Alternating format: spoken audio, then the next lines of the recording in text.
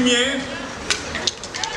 Le deuxième soir, deuxième lumière, jusqu'à arriver à la 8e, qui est le signe de l'infini. Je voulais dire deux choses. La première d'abord, c'était de remercier le Rav Cohen et sa femme Léa.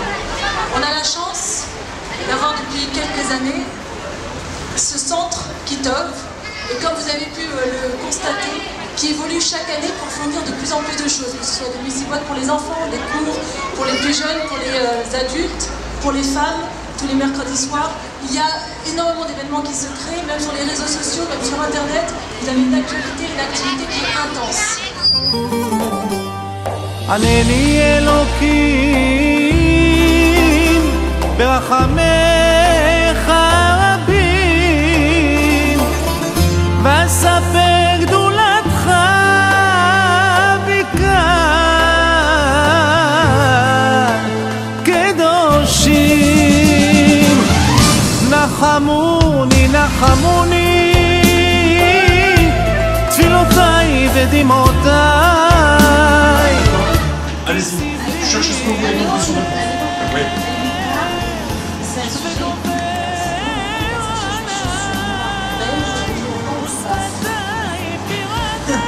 Ah, prends le pointu, parle de ça. Enfin, j'ai été au marché, Et ça peut être des choses très simples. c'est très simple et on sent qu'on est écouté. Ah, c'est bien, c'est bien, c'est bien. Des fausses crevettes alors qu'on n'a pas le droit de manger des crevettes. Ouais, ben, alors, tu dois. Oui, mais alors là, après, c'est là, c'est là. En fait, c'est sur la manière. Voilà, le troisième domaine, c'était... Oui, mais voilà, c'est ce que j'ai Mais attendez, j'ai une question. Non, c'est faux. Pourquoi vous pensez...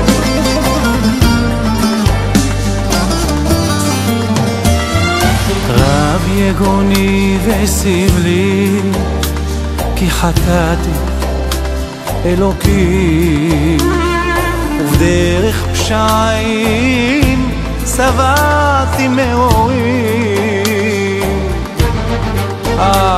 ידעתי אלוקים תורתך. Alors, un petit message juste pour dire à quel point c'est un privilège et un honneur d'avoir le Rav Cohen tous les matins après la tfila lors du shiur qui est dispensé donc après la tfila, c'est-à-dire à 9h moins le quart jusqu'à 10h, où on étudie aussi bien de la Gemara que des halachot sur le Shulchan Aruch. Donc j'invite tout le monde à venir nous rejoindre tous les matins à cette période. À quelle heure? On commence à 9h moins le quart. On commence pas à 9h, on commence à 6h30 par Rambam. Le Rav toujours présent, toujours bien, toujours frais, toujours dispo. On dort debout nous, mais il est toujours là. 6h30, ensuite 7h30 Tania, ensuite Fila, et ensuite comme David a dit, Gemara et Halachot. Et merci au Rav de tout ça. Merci beaucoup Rav Cohen. Et toujours aussi frais.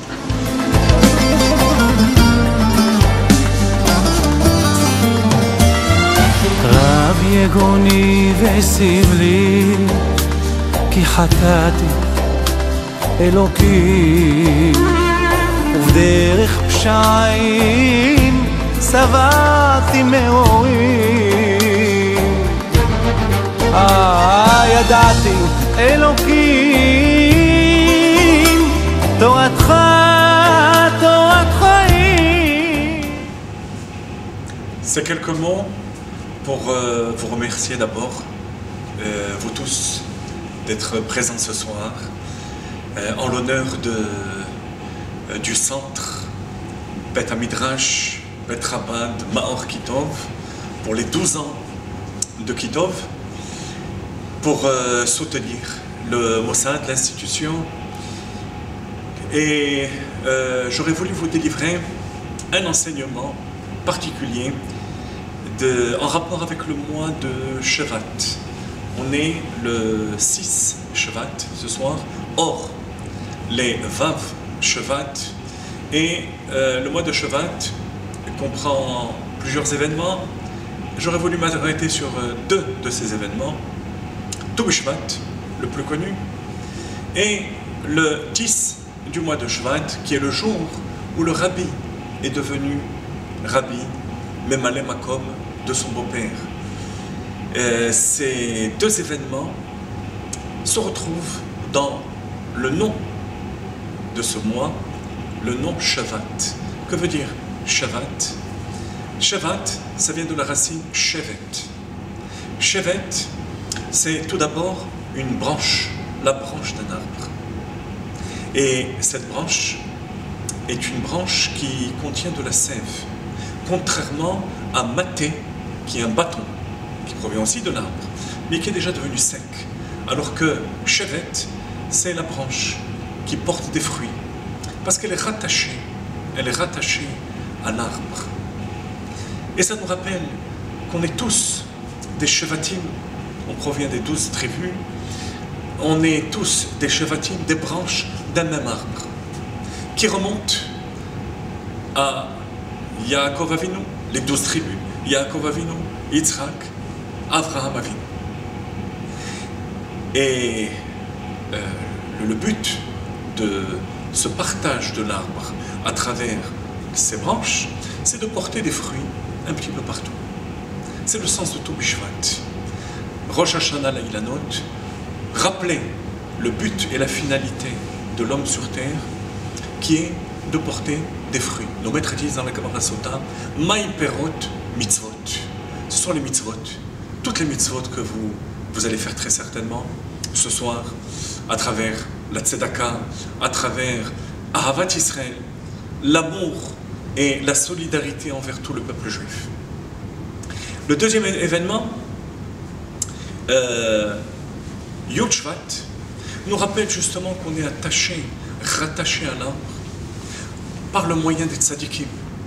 Comme nos maîtres disent, Hadbek betalmidei chachamim. Attache-toi au talmidei chachamim, aux tzadikim, pour être rattaché à l'arbre du Klal Israël. Et cette notion d'union, de achdut, est extrêmement chère aux yeux du Rabbi. C'est la raison pour laquelle il a envoyé des milliers de ces branches à travers le monde. Et j'aurais voulu rappeler une histoire particulière, spécifique de l'enseignement du Rabbi, qui se rapporte au Baal HaTanya, Admor HaZaken, à qui on avait demandé une fois, qu'est-ce qui est plus grand? La mitzvah de Ahavat Hashem, de l'amour de Dieu, ou bien Ahavat Israël, l'amour du prochain? Et il répondit la chose suivante: les deux mitzvot sont gravés dans le cœur de chaque juif, dans le cœur de nos ancêtres, et quelque part dans le cœur de Dieu. Malgré tout, la mitzvah d'Ahavat Israël est plus puissante. Pourquoi? Parce que lorsqu'on aime un autre juif, on aime ce que Dieu aime. Parfois, on aime quelqu'un, mais notre amour ne va pas jusqu'à aimer ce qu'il aime. Lorsqu'on va jusqu'à aimer ce qu'un ami, ce qu'un proche aime, ça veut dire que l'amour est débordant. C'était les termes, même, que le Rabbi avait employés face à quelqu'un qui était venu lui poser des questions et doute.